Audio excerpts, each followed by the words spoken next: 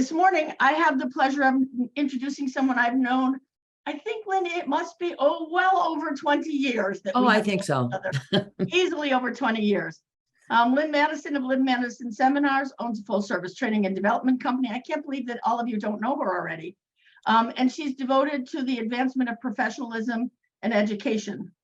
In Illinois, she serves the real estate community as the chair of RPAC, Professional Standards Committee. She's on the GRI Board of Governors. She does a whole lot of things.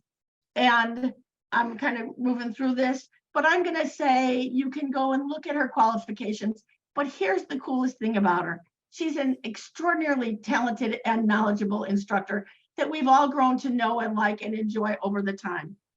Brian Jessen is with Guaranteed Rate, and he is joining us today to speak about some of the challenges these lawsuits present to realtors, their clients, but especially in the mortgage industry as well. Brian's Senior Vice President of Lending for Guaranteed Rate.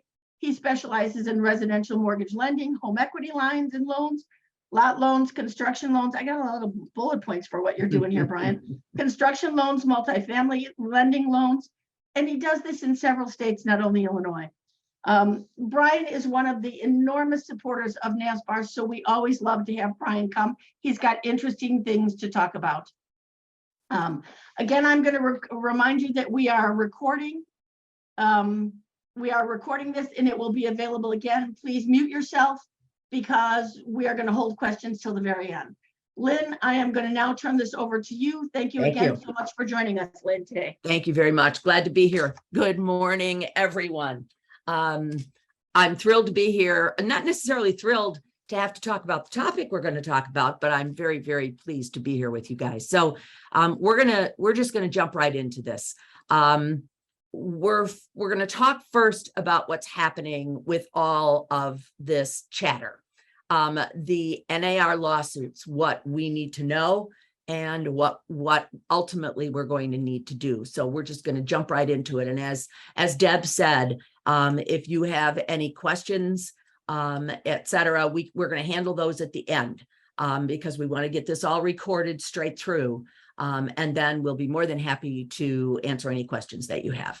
So I've been doing this all over the country. I'm one of the primary authors of the ABR course and the SRS course and other courses for NAR. And we have updated all of our courses to include this information as well. And what we've been looking at and the way we've been framing this is to call it a paradigm shift. A paradigm shift is a fundamental change in approach that causes old ways of thinking and doing things to become irrelevant. We've been through paradigm shifts in our business before. When we moved from all being subagents of the sellers back in the early 90s, when we moved from being subagents of the sellers to buyer brokerage, that was a huge shift. And some people could not make the shift. They didn't get it. They never will, because they were so used to doing it the old way. When they took our MLS books away from us, there were people wandering the streets of Illinois looking for their books, and they couldn't figure out how to make the shift to be able to do it electronically. So we've been through this before. This is just one of those things, and we're going to either have to embrace the change. We're going to have to make the change happen for ourselves, or it's going to happen one way or the other. So let's talk about how we got here. So it started pretty much back in 2019 when there was a lawsuit filed against the National Association of Realtors against 10 MLSs. Can we ask everyone to please mute themselves because we're hearing your hang on 1 minute. Yeah, we need everybody to be muted if you don't mind, because every time your computer gets a, there we go. I think that should do it. Okay. So this lawsuit called the Moral Case was filed in 2019 against NAR, 10 MLSs, and the 4 largest brokerages in the country. The allegations in this lawsuit that home sellers are unfairly being required to pay buyer broker commission with no negotiation. that they allege that buyer brokers' value is minimal if needed at all. In the lawsuit itself, of which I do have a copy, it's not private, anybody can get a copy of it. It states that since the buyers can now find all the properties online, there's no need for a buyer broker. So the only reason then that we are offering this compensation and forcing the sellers to pay it is to pad the pockets of our fellow realtors.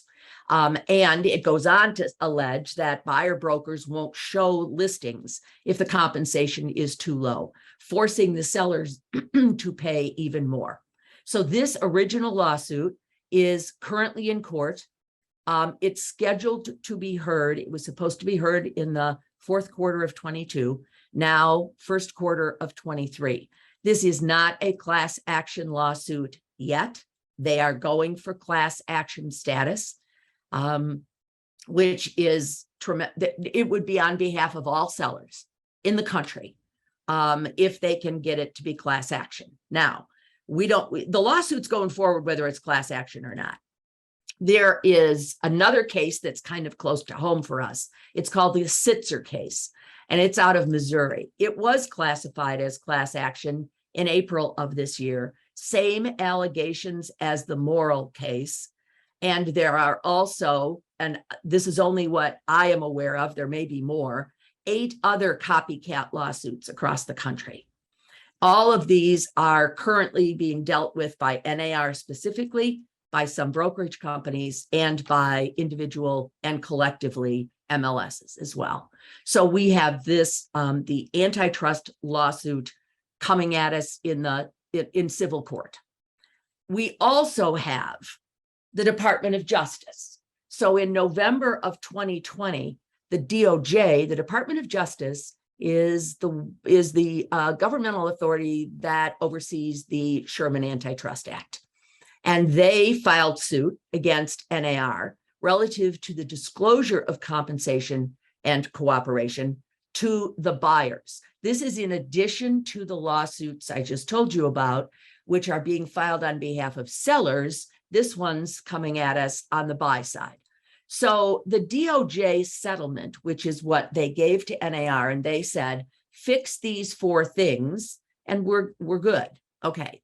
And these 4 things are buyer broker compensation must be made publicly available. We must provide consumers all properties regardless of the compensation being offered. That buyer agents cannot represent their services as free. And we cannot limit lockbox access to only MLS members. We are not addressing in this segment the number 4. That's a whole different ballgame. That's a whole different thing about MLS access. If they are not realtor, if someone is a licensee, but not a realtor, not a member of our MLS, and access to the MLS system. That is not part of this conversation. So we'll talk about the other 3. But those were the 4 things that the DOJ said they wanted NAR to fix. Okay. So they then said, oh, by the way, we may have other things that we're going to ask you to do. This is just the first 4 things we want you to do. They would then not back off on coming back after us for future issues. And just a little background, that's unusual. Typically when there's an antitrust violation, DOJ says, here's what we need you to fix, and then we will go away because you fixed the problems. Well, the DOJ said, no, you fix this and we're still out here watching you. So NAR said, no, we'll do what you ask, but you have to live up to your end of the bargain. And the DOJ withdrew their settlement. They dismissed the complaint because they're not done with us. So what you see below my little orange line there, it has not happened yet. This is what the conventional wisdom, whatever that means, it believes the DOJ is still investigating and the reason they withdrew their settlement.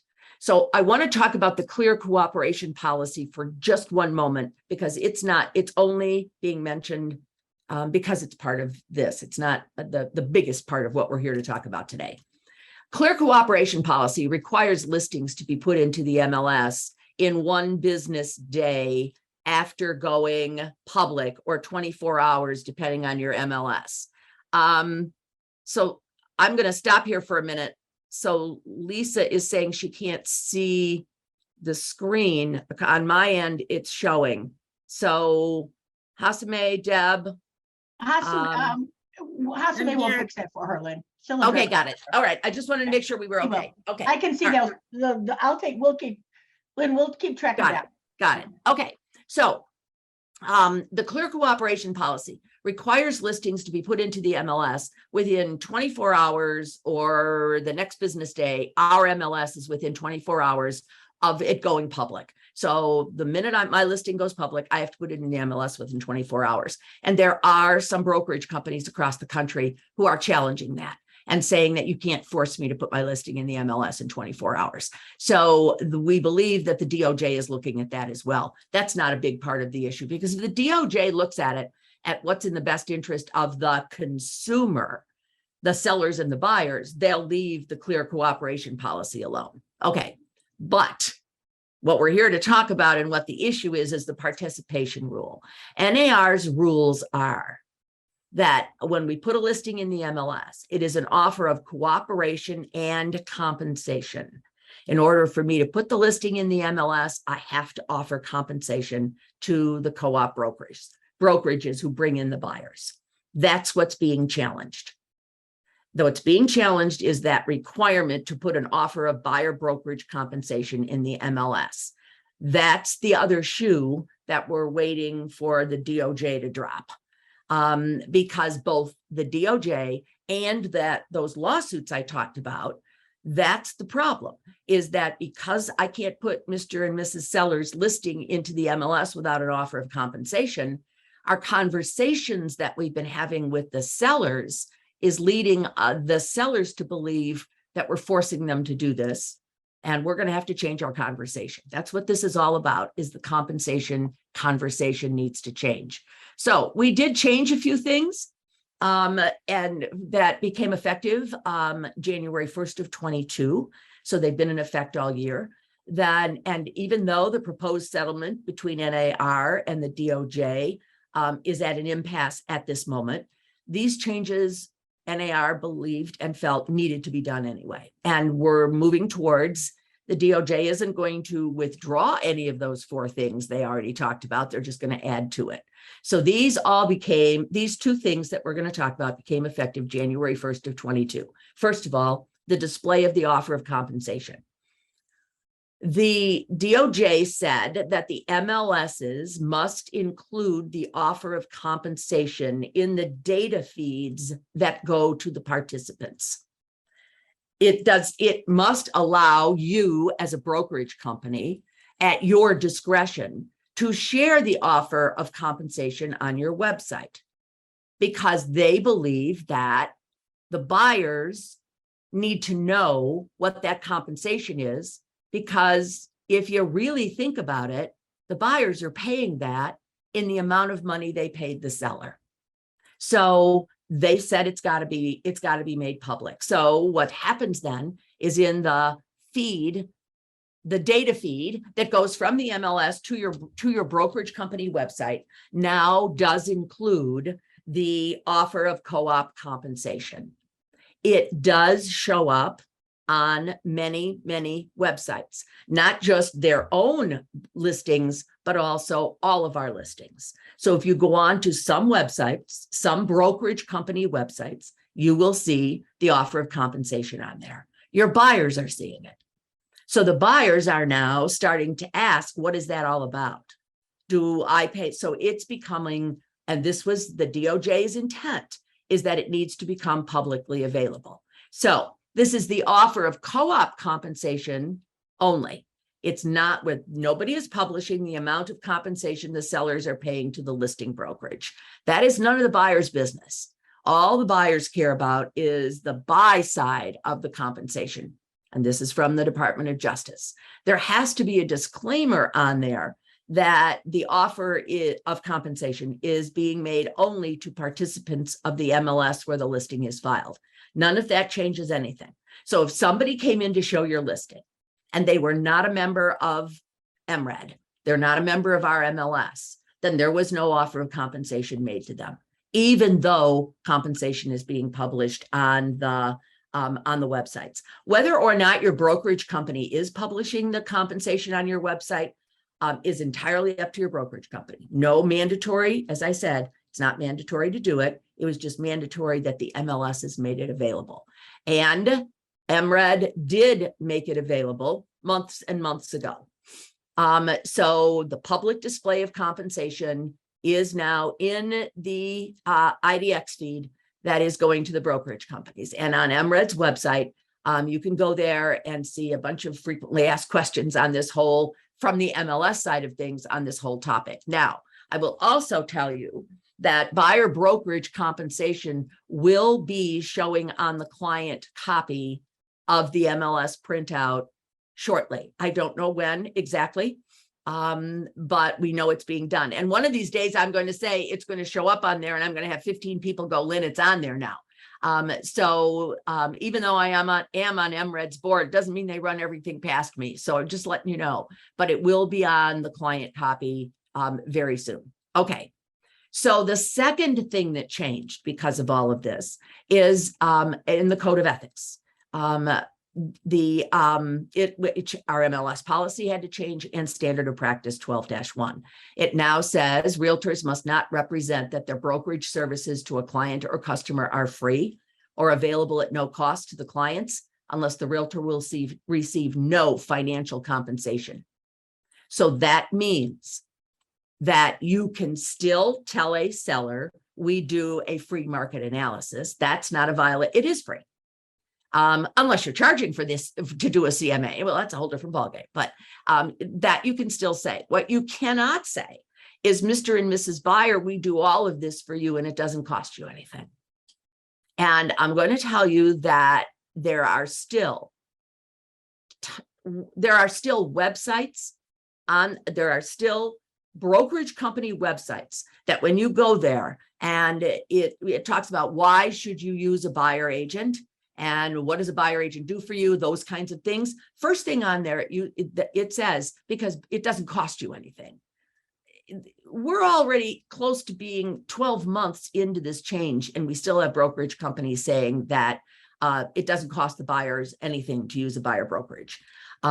So we cannot say that. Unless, of course, you actually are working for nothing, receiving no compensation, and running a free home finding charity service. If that's what you're doing, then you can still keep saying it's free. But short of that, it is not free. Okay. This is not just something that is being discussed inside the real estate industry at all. It is now, and this is just one of the articles that was in the Wall Street Journal. It is now, this discussion, this issue is being discussed in the general public. My concern, and this is only my opinion, the election is over and all the talking heads on my television set don't have anything else to talk about. This is kind of a hot topic, guys.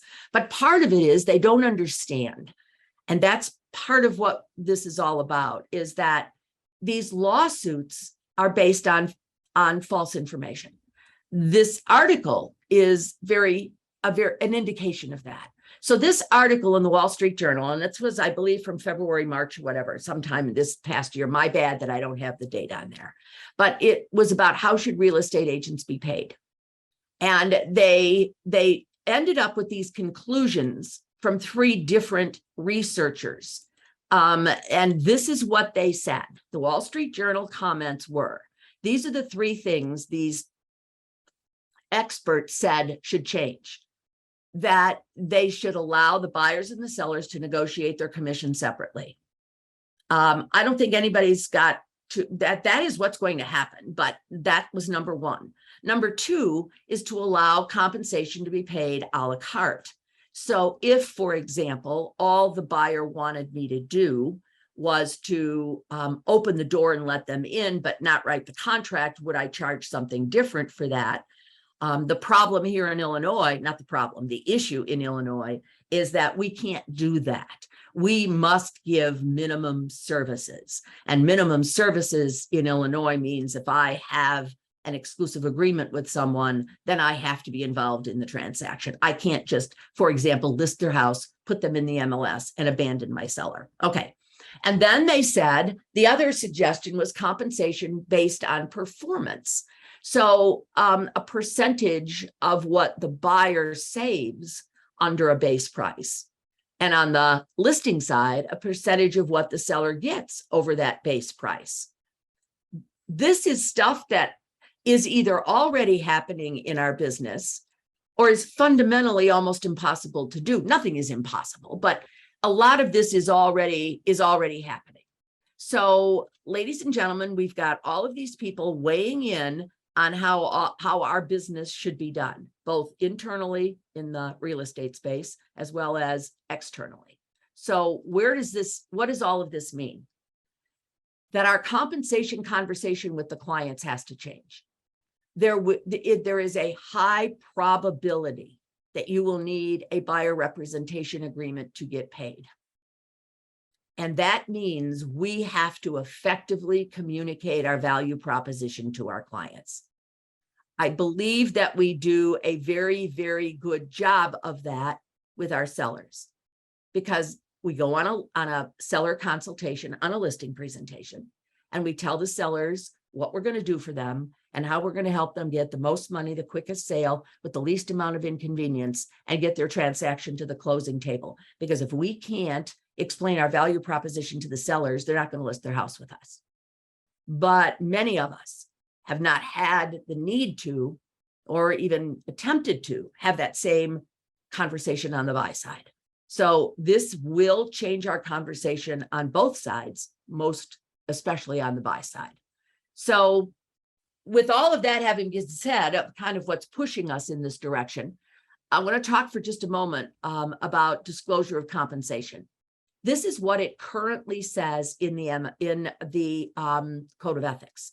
Standard of Practice 1-12 says that when entering into listing contracts, we must advise the sellers of our company policy regarding cooperation and compensation and the amount of compensation that is being offered to the cooperating, to the brokerages who bring in the buyer.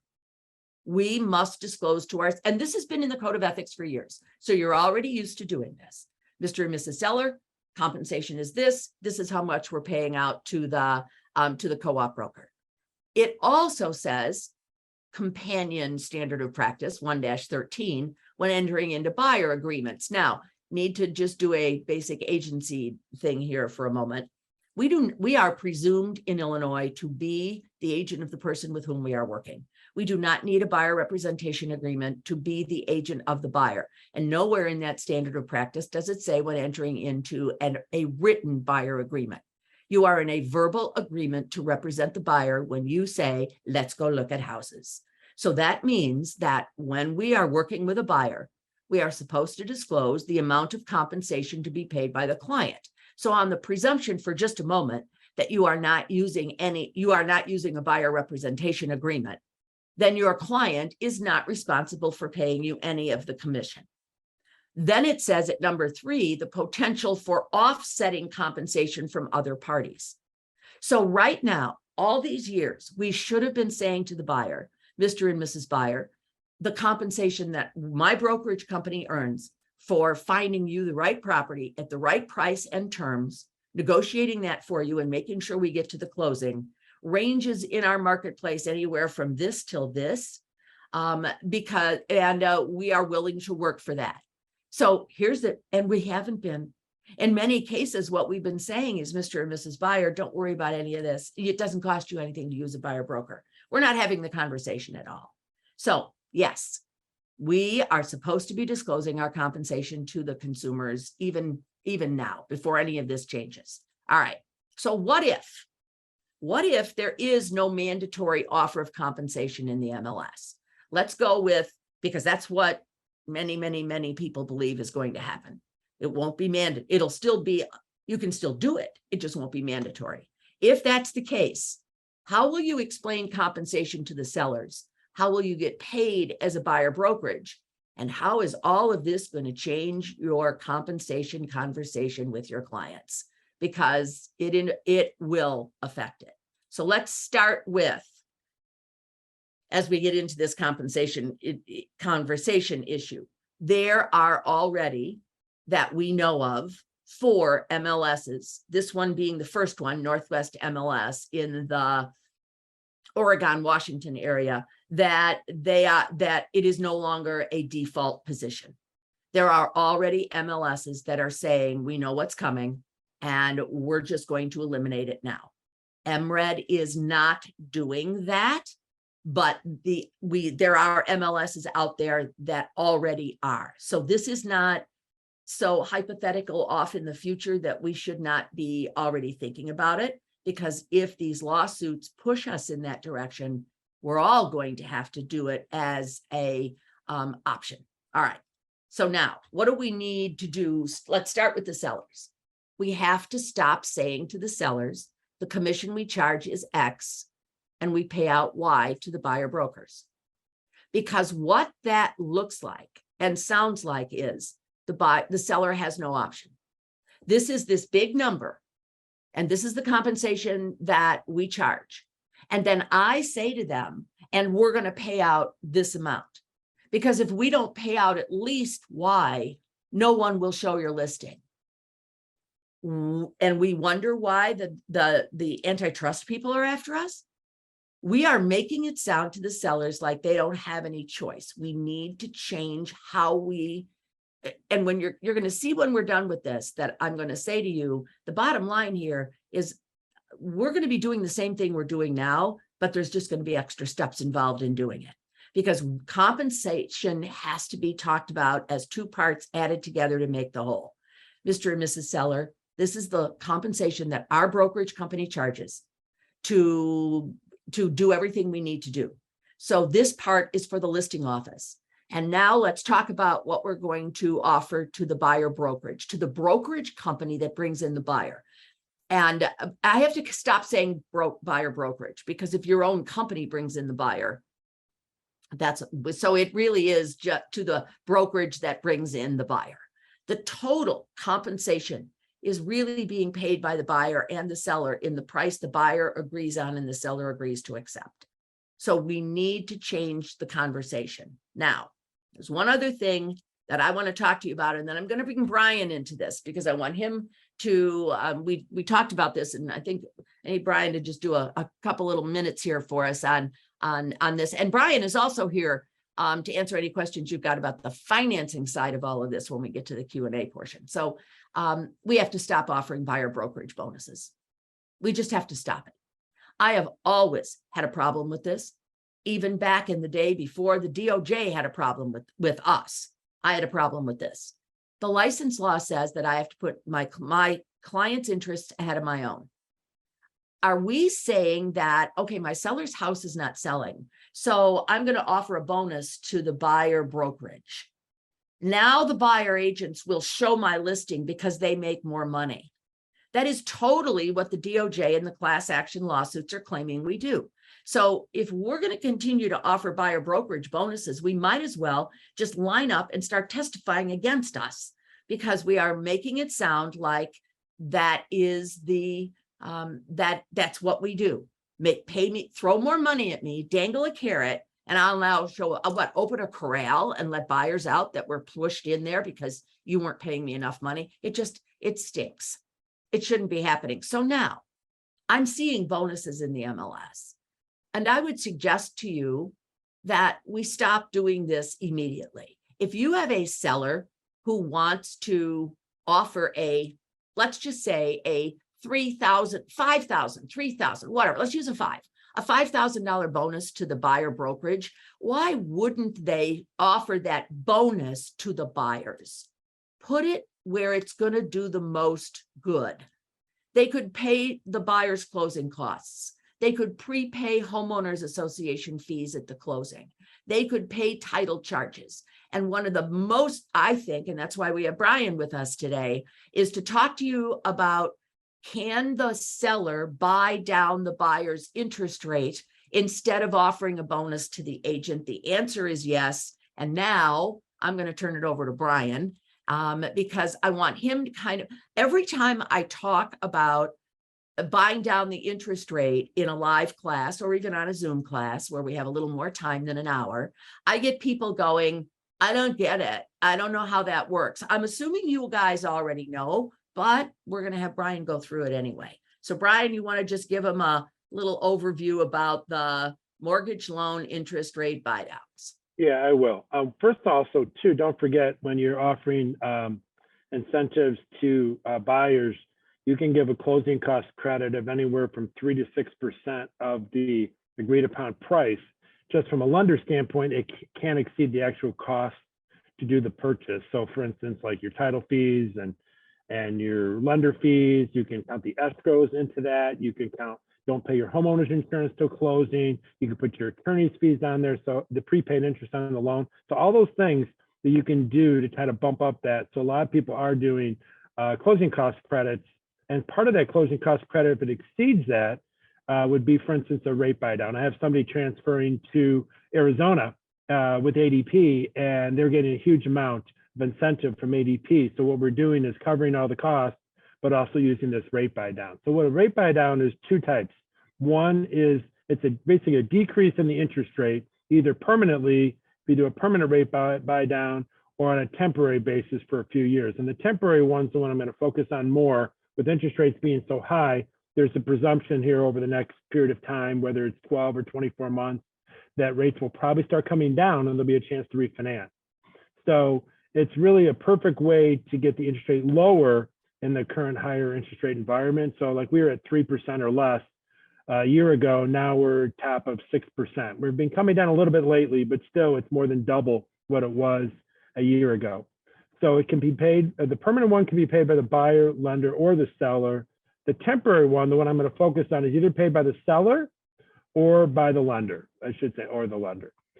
Builders and realtors can use buy downs to provide this incentive in lieu of a price reduction as well. So I've had people advertise a rate buy down, and we'll go over the example in a minute, in lieu of lowering the price. So I'll show you why that's a much better deal for the sellers, and it actually helps the buyers quite a bit. And the fee is paid at the purchase closing and it's reflected on the title company closing statement. And like I said, it can help absorb a closing cost credit from the seller in purchase negotiations and home inspection negotiations. If it's a really large number and we can't, cover that with all the costs, title fees and everything else I mentioned, we can do this buy down. So let's go to the next slide real quick.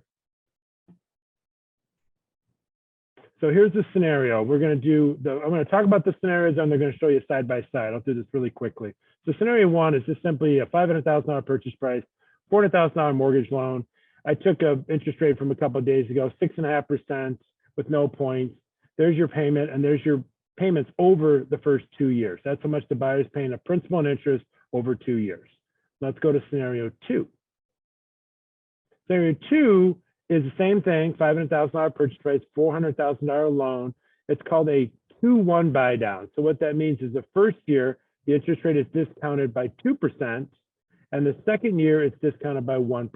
So you can see instead of 6.5%, we're at 4.5% the first year, and the second year it's 5.5%. And what that does as well is lowering the payments. It really makes people comfortable on the affordability of what they're buying.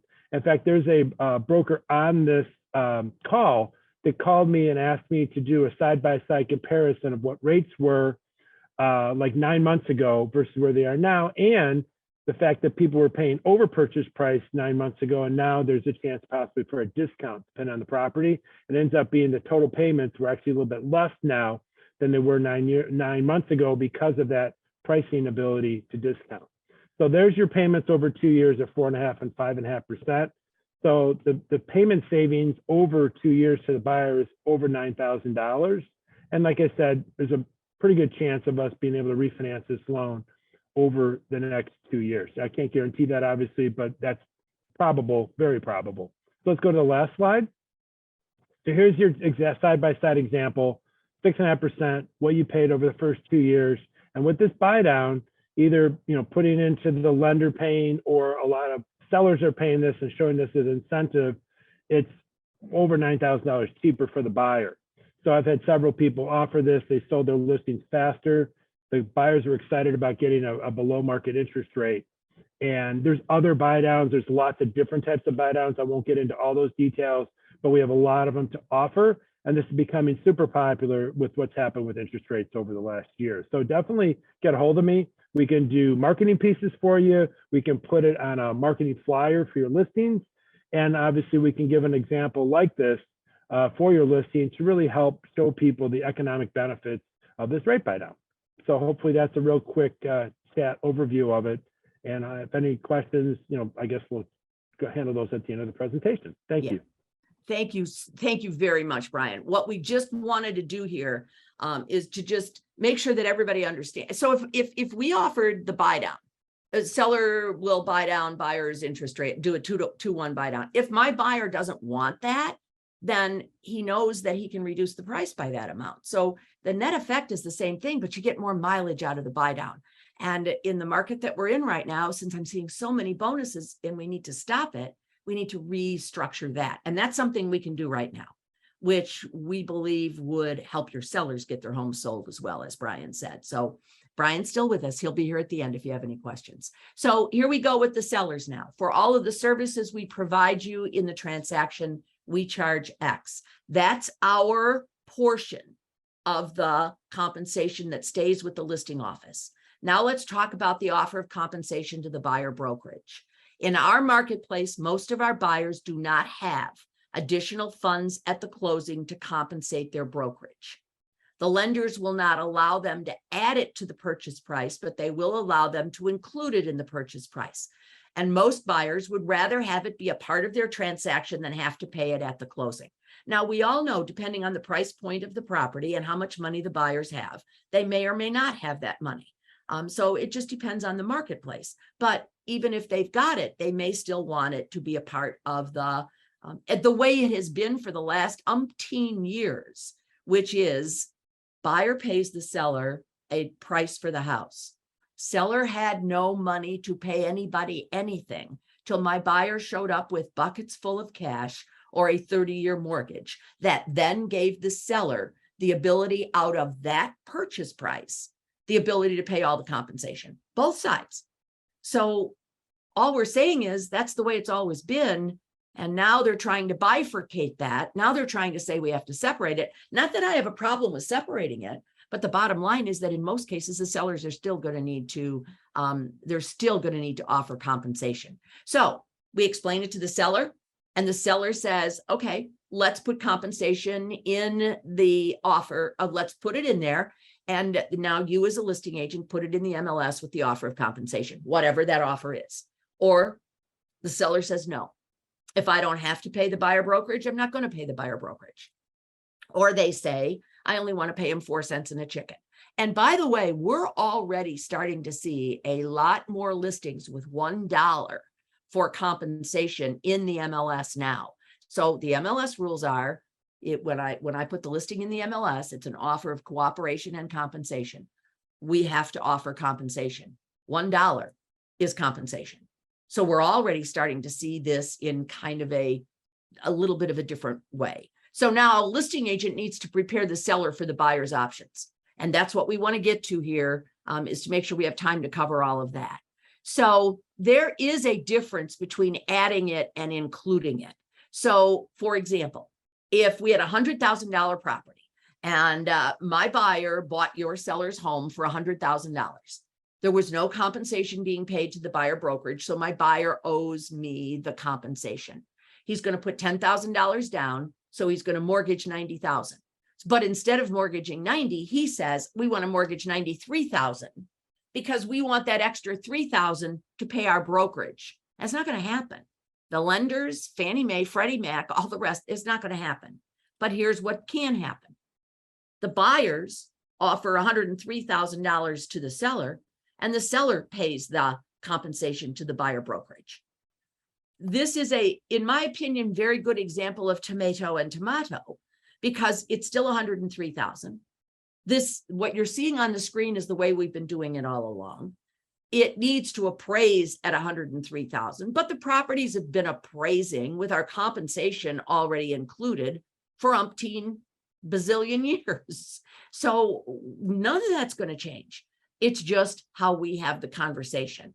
And now the reality of some of this.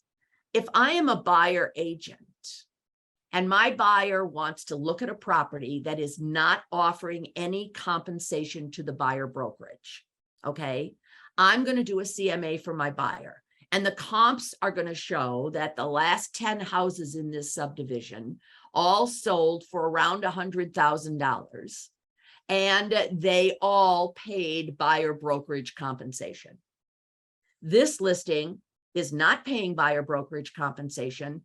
My buyer is paying me himself.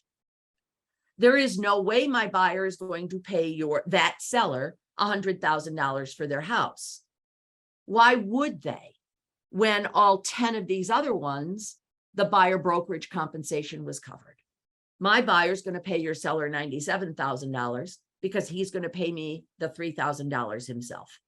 So I don't know where these lawsuits get the idea that if there is no offer of compensation to the buyer brokerage, that somehow the seller is going to gain that money. It wasn't the seller's money to gain in the first place. But we've not been necessarily explaining it quite the way we should have. So here's my bottom line that I mentioned. Buyers don't have extra cash. Lenders won't let them add it to the mortgage. If the buyers do pay it themselves, they're going to pay the seller less. So it ends up being the same thing. Compensation comes out of the agreed upon price the buyer is willing to pay and the seller is willing to accept. We need to be more transparent about that. And that's what the lawsuits in the DOJ are saying. At the very least, that's going to come out of all of this. So now let's talk a little bit about the buyer side of this. We will have to be able to articulate our value proposition to our buyers, because if we're going to need them to sign a buyer representation agreement, they're not going to sign it if they don't understand what we do for them. So all of us managing brokers are going to have to help our agents, especially the newer agents. We're all going to have to really take a good hard look at what we're doing with the buyers. So what makes us stand out? Why are we unique?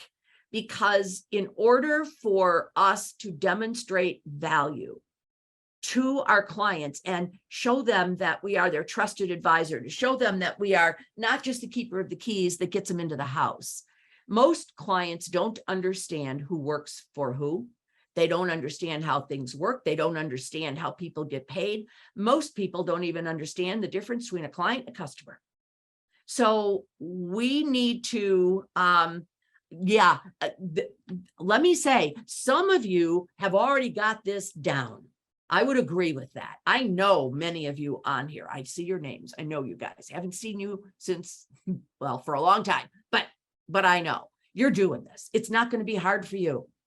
It's going to be really hard for a lot of people because they're not understanding how they need to demonstrate their value.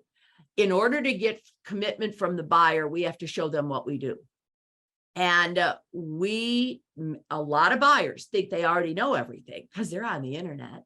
We're going to have to make sure that we have explained everything to them. So I wanted to make sure you guys all knew that on NAR's website, and this is, I've shortened all of the URLs for you. There is, and I don't believe for one moment that anybody reads a list of 184 things your realtor does for you. I don't think they're going to read it. But boy, if you can take a look at this, this is a really excellent list. I've seen a lot of these lists before in my career, and most of them are just dumb. Okay, this one is not. If you go through this and you pull items out of there and you start focusing on the things that you do, I'm saying that you can start to build or augment or whatever your buyer counseling session with it. I just want to make sure that I don't have time here in this 1 hour. I have a 3-hour CE class where we have way more time to talk about all of this. But for this, this was just, I wanted to make sure I gave you some takeaway to be able to start to change your buyer counseling session. Okay, so back to the compensation issue for a moment. It does make a difference whether you have a buyer representation agreement or you do not. So let's start with, you have a buyer rep agreement. with a buyer representation agreement, which is where the Wall Street Journal said we need to go with this, which is where the lawsuits are all saying, and what the DOJ, we believe, is going to ultimately say, is that the buyer should be controlling the buy side of the commission, the seller should be controlling the listing side. I have always used buyer representation agreements with my buyers. I was using buyer representation agreements before they were even legal, but I was too naive to know that. I'm lucky I didn't get in trouble. But my managing broker obviously chose to have a blind eye to that. So what I like about it is it establishes my compensation with my client. What is my value to my buyer? I've always had a problem with my value in this transaction is being dictated by the listing office. They're telling me how much money I should make. That is between me and my buyer, because I may be worth a lot more to my buyer than what that listing brokerage is deeming to pay me. So if we separate this out, you're on your own, which I think we should all want to be. So what happens now? I have a buyer rep agreement, and the buyer can either pay me at closing, or I just want to remind, he always has the option to ask the seller to pay it. So, and it's already happening, guys. It's already happening that I have a buyer rep agreement that calls for me to get paid X. You're only offering Y in the MLS. So my buyer owes me 1%. How are we going to get that paid? And the buyers can ask the sellers to do it. Now, I have to disclose prior to showing the property that and say, hey guys, this is one of those where you're going to owe me when we're done. Now, I've already had the conversation with my buyer about how compensation gets paid. Now, if I have a buyer rep agreement, I can call the listing agent prior to showing the property and ask if the seller will pay more. You are a listing agent, you must go to your seller and ask them that question. If the seller agrees, then you get it in writing. I get something in writing from your managing broker that says, regardless of what's published in the MLS, we agree to pay this extra because the seller is probably going to pay it to you. You're going to pay it to me. Doesn't have to happen that way. I had somebody the other day say it didn't. The listing office still paid them what was in the MLS. The seller at the closing paid the other 1%, and it did not go through the brokerage. That is a different issue. But the bottom line is it can come from, that's how it comes from the seller. If the seller says, no, I'm not going to pay any more compensation, then the buyer decides if they want to see the property. Can the buyer say, show me the other 3 houses that fit my needs that also cover the compensation. If we don't find something we like, then we'll come back and talk about this one. Absolutely, they can. And they are. With the agents who are already using buyer representation agreements. So they can pay the brokerage themselves, or they can use the sales contract to ask the seller to pay it. So, and there is no place on our sales contract for this to happen. So let me just very quickly say, I'm not going to say which state at this moment because they're not ready to, I don't want it to travel backwards. So I was called in at one of our largest states in the country that uses a statewide contract because they're changing their contract and they're planning on putting in the contract an optional paragraph that is the buyer asking the seller to pay compensation because they know this is happening. And they figure they might as well get it into the contract because right now, the only way to get it in there is you got to put a text box in there because we can't put it in there. The buyer has to write it in. So put the text box in, DocuSign it or whatever over to the buyer, have them put it in, initial it, send it back. If that's the case, that's how the agents are doing it right now. Okay. If I do not have a written buyer representation agreement, then I disclose the range of compensation to my buyers prior to showing property. Mr. and Mrs. Buyer in our marketplace, our brokerage company is going to receive anywhere between this and this, 2.5 to 3.5, 2% to 4%. I don't know, whatever it is. Prior to writing an offer on the property, I will disclose to you what the actual compensation is when you narrow it down to the property you want to put an offer on. Once it starts showing on the client copy, this is going to be a piece of cake. You're just going to explain it to the buyers. They'll see it. Right now, they don't see it. And you can't give them an agent copy of the MLS. So it's a little bit difficult to make that full disclosure. We must show all properties that fit our buyers' needs regardless of the compensation. So even if you were only offering 4 cents in a chicken, if this is the right house for my buyer and they want to see it, or even if they don't even know about it and it's the right house for my buyer, I have to make it available to them, then I'm working for 4 cents in a chicken, and I can't call and ask for more money because I don't have a contract that gives me the ability to do that. So without a buyer rep agreement, pretty much if I don't like the offer of compensation, I'm working for whatever the seller or the listing office is paying.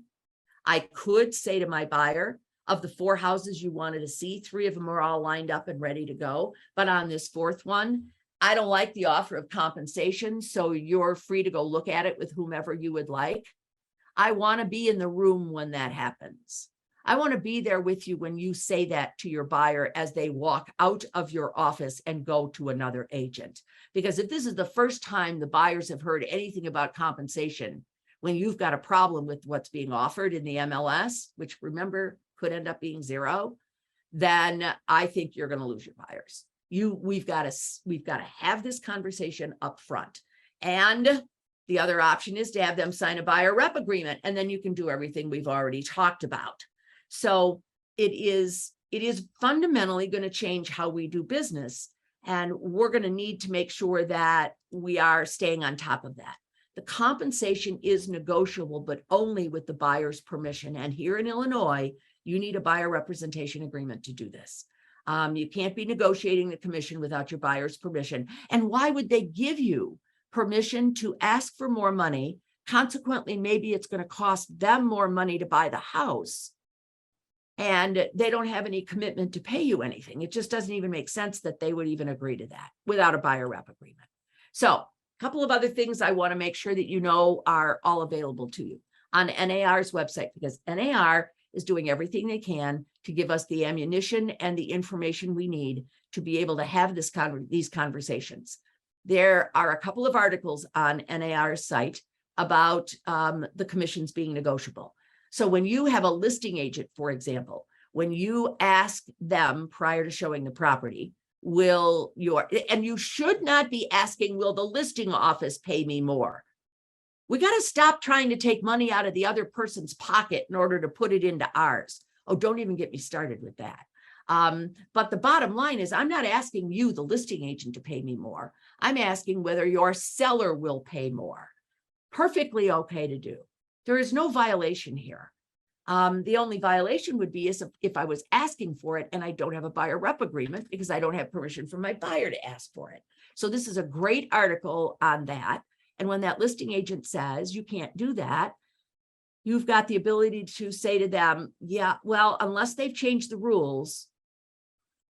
By the way, most of you who know me know that passive aggressive is not my normal style, but there are times where passive aggressive works. When you say things like, or the Columbo approach, whichever way and most of you don't even remember who Columbo is. But I say, unless they've changed the rules, last time I went to a class, last time I checked, I can do this. And let me send you an article that backs that up.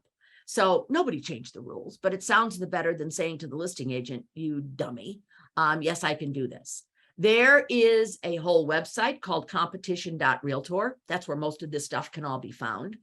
And on there is the economics of buying a home. So that conversation we were having about the average seller, and I know you guys are in a non-average marketplace. You have higher price ranges. You have buyers and sellers with a little more money than the average marketplace has. Okay, but this will still help you to be able to explain why we may still need to offer compensation to the buyer brokerages because the buyers don't have the money to do it themselves. There is also a real fear amongst the MLS, in the MLS space, that all of these lawsuits are trying to break up the MLSs. I don't quite see it that way, but that's only maybe because I don't want to. I don't know. I'm just like you guys. I don't want anybody messing with my MLS. because it works. And this is a whole really, really good article on what the MLS services are all about and why they work, and why we should continue to use them and what it would be like if we didn't have the MLSs. We have an article on there on 3 ways to maximize the value of your real estate agent. This is something you can use with your buyers so that they understand.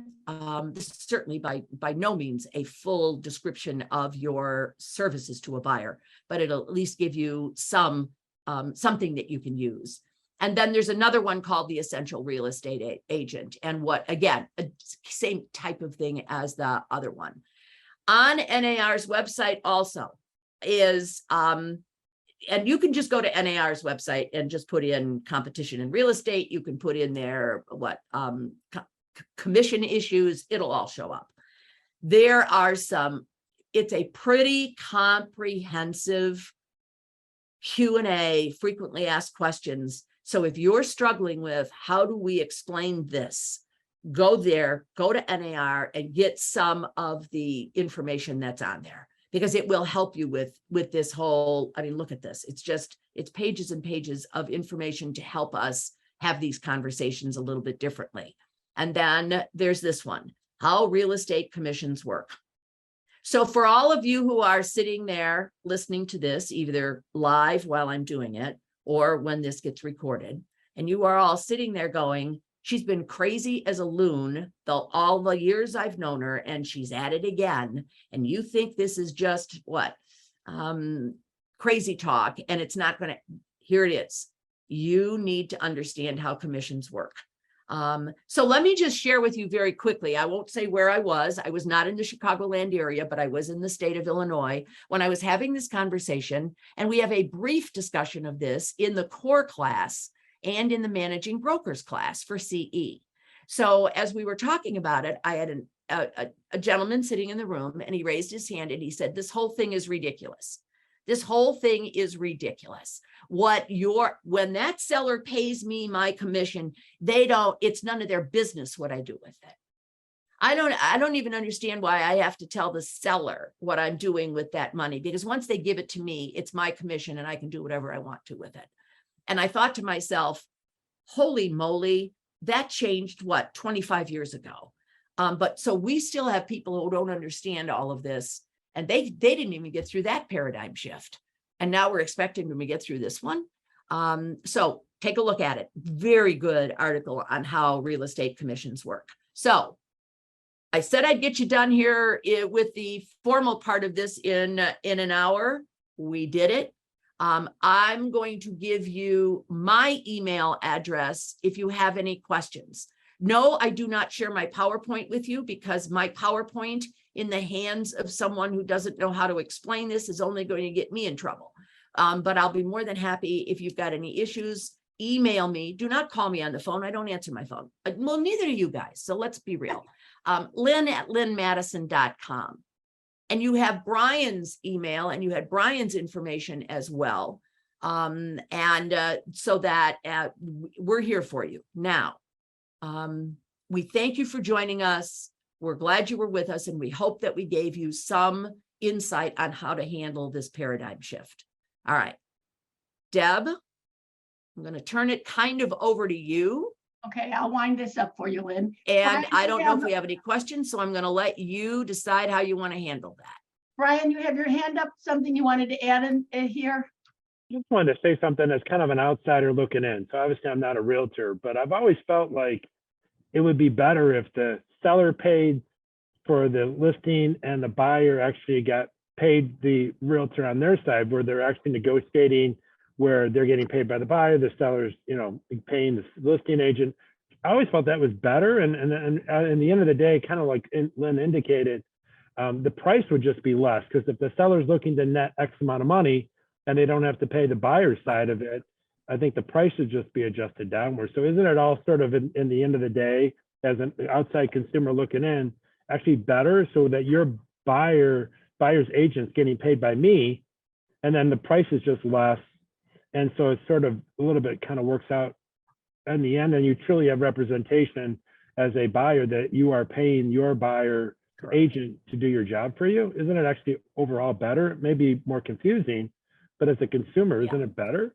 It is. And if the buyer doesn't have the money at the closing to pay it, he always has the ability to go back to the way we've been doing it all along, which is included in the sales price, and ask the seller to pay it. Yeah, and wouldn't just And- the realtor check to make sure the comps support right. that extra X amount of That's money, right. whatever that might be? And so it all That's sort right. of works out in the wash, right? And the comps are supporting our compensation being in the transaction now. So there's, that we do have to worry about whether or not it appraises, but for the most part, it shouldn't be a problem. Yeah, Thanks, Brian. that's it. Brian and Lynn, thank you very much. You're welcome. I'm going to tell you, this is something that is going to bite people sooner or later. That's how I feel about this. This is going to come along and everyone's going to go, oh no, what should we do? I'm going to be the simplest of simple human beings and say, every single designated managing broker needs to be teaching their agents how to deliver a buyer's agreement and getting it signed. There's the foundation of this, so that when the change comes, people won't be going, oh dear, what do we do? What do we do? Yeah. They'll have a foundation to work with. So all of you, I want to thank you so much for being with us today. It will take us a few days to get this put together so that you can see it again. You can play it for your agents. You can do this however it is. But again, my greatest thanks to both Lynn and Brian who came, and to all of you who joined us this morning. Yeah. I think this was a really worthwhile way to spend an hour on a Tuesday morning. So thank you so much, Lynn and Brian. Thank you all Welcome. for being here. Appreciated you being here.